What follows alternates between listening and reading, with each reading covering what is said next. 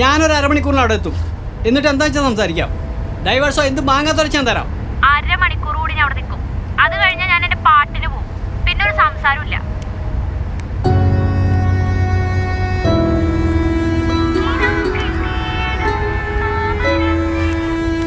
Hello hello sir, ഇന്നെന്നോട് വിളിക്കാൻ പറഞ്ഞിരുന്നു.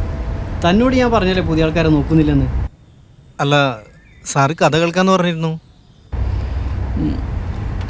തനിക്കിപ്പോൾ ഒരു അരമണിക്കൂറിൽ കഥ പറയാൻ പറ്റുമോ? ഇപ്പോഴോ? എന്തേ പറ്റില്ലേ? വാടാ.